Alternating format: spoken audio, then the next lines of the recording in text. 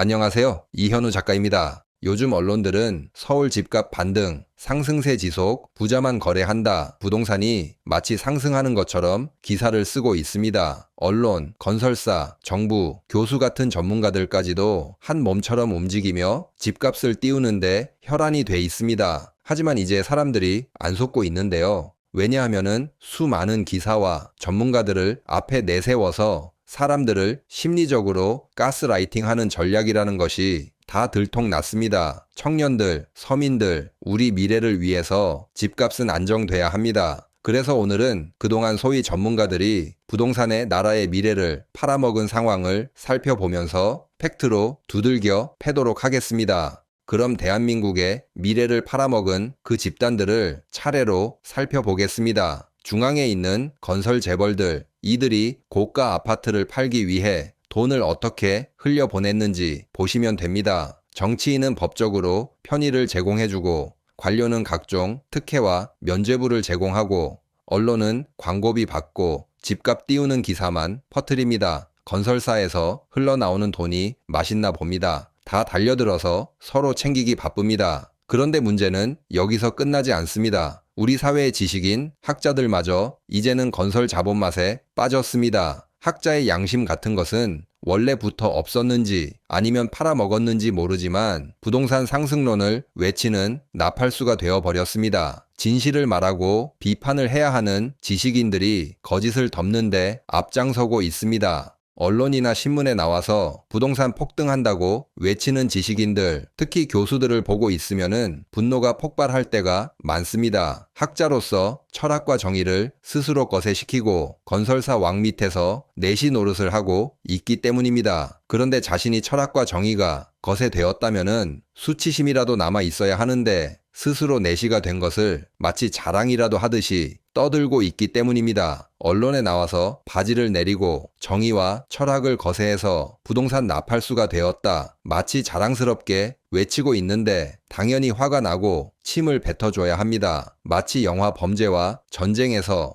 약간 똑똑한 머리로 건달과 권력을 왔다 갔다 하면서 빌부터 사는 반달인 최민식을 보는 듯 합니다. 언론이나 유튜브에 나와서 부동산 폭등한다고 떠들어대는 교수들과 지식인들이 요즘 점점 늘어나고 있습니다. 지금 2020년부터 대학 입학하는 학생들 숫자가 빠르게 감소하고 있습니다. 이제 대학이 남아도는 시대가 되었습니다. 학생들이 줄어들어서 강의 자리가 없어지니 부수입을 올리려고 유튜브나 언론에 구걸하러 다니는 것은 아닌지 의심이 됩니다.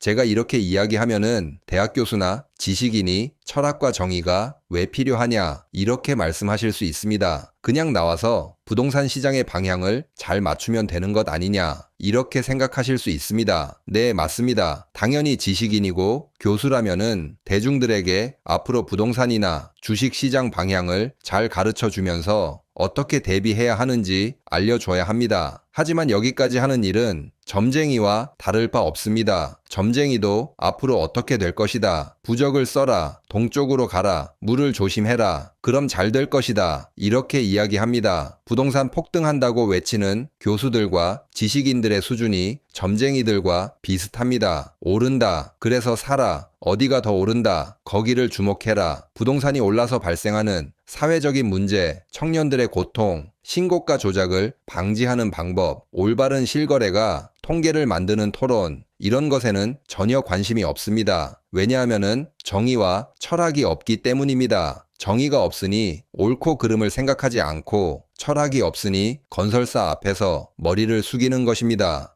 제가 이렇게 가혹하고 어떻게 보면은 아주 예의가 없는 단어를 선택해서 비판하는 이유가 있습니다. 저는 부동산 나팔수 노릇을 한 교수들과 지식인들이 대한민국의 미래를 팔아먹은 역적이라고 생각하기 때문입니다. 부동산이 상승하고 하락하고는 두 번째 문제입니다. 지금 보시는 그래프의 왼쪽 그래프는 부동산 대출 비중이 늘어나면은 생산성이 얼마나 증가하는지를 나타내는 그래프입니다. 부동산 대출을 많이 하면은 많이 할수록 생산성은 감소합니다. 그러니까 부동산 대출이 많아지면 많아질수록 경제 발전에 걸림돌이 된다는 것입니다. 반대로 제조업 상황을 살펴보면은 제조업 대출은 많아지면 많아질수록 생산성이 증가했습니다. 즉 영끌 선동에 앞장섰던 지식인들은 대한민국 발전에 걸림돌을 만들었습니다. 이런 사람들을 어떻게 부를까요? 역적 말고 좋은 단어가 있다면 댓글로 부탁드리겠습니다. 그리고 대출을 얼마나 받으면은 경제 성장에 도움이 되는지를 분석한 그래프도 보겠습니다. 가계와 기업이 대출을 받아서 경제 성장률에 도움이 되는 가장 이상적인 비율은 150% 정도입니다. 하지만 우리나라는 이미 200%를 넘었습니다. 이제부터는 대출을 해주면은 경제 성장에 도움이 안 됩니다. 하지만 지금 교수들은 대출을 막았다고, 사다리 걷어차기라고, 집을 못 사게 되었다고 이상한 소리를 하고 있습니다. 비난받을 각오를 하고 고통스럽지만 대출을 줄여야 한다. 이렇게 말해도 모자랄 판에 대출을 받아서 집을 사게 해달라고 하다니 마치 남의 나라가 어떻게 되든 말든 그렇게 이야기하는 듯 합니다.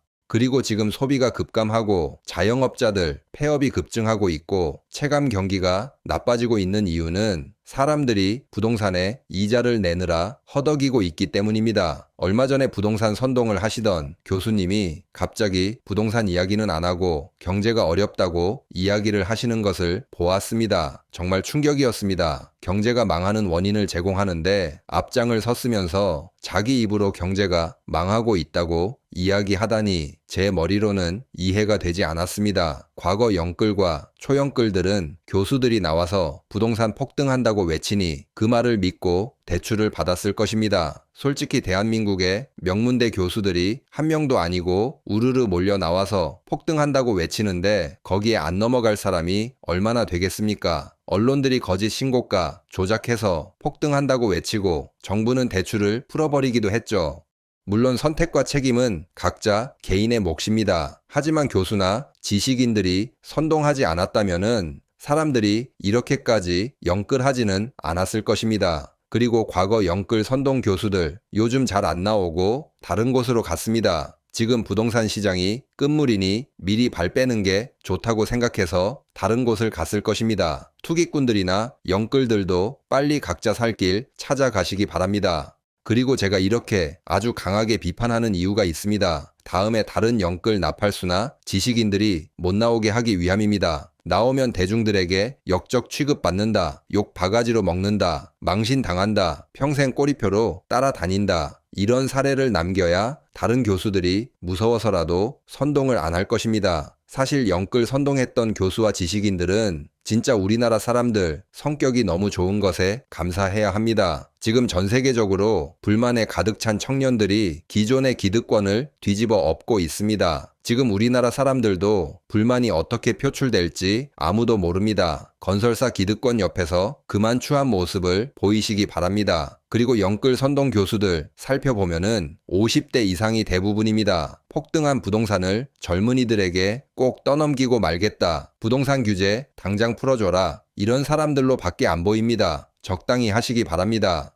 정말 청년을 걱정하고 나라의 미래를 걱정해서 부동산 시장을 바라보고 있다면은 신고가 조작을 바로 잡을 생각이 먼저일 것입니다. 그럼 너는 뭐라도 되냐? 이렇게 생각하실 수 있는데요. 뭐 사실 저도 별거 없습니다. 대중들이 사랑해줘서 먹고 사는 만큼 대중들 편에 서 있는 책 쓰는 사람일 뿐입니다. 아무튼 오늘은 부동산 정상화가 두려운 영끌 선동 교수들을 비판하는 이야기를 해보았습니다. 오늘 영상은 여기서 마치겠습니다. 감사합니다.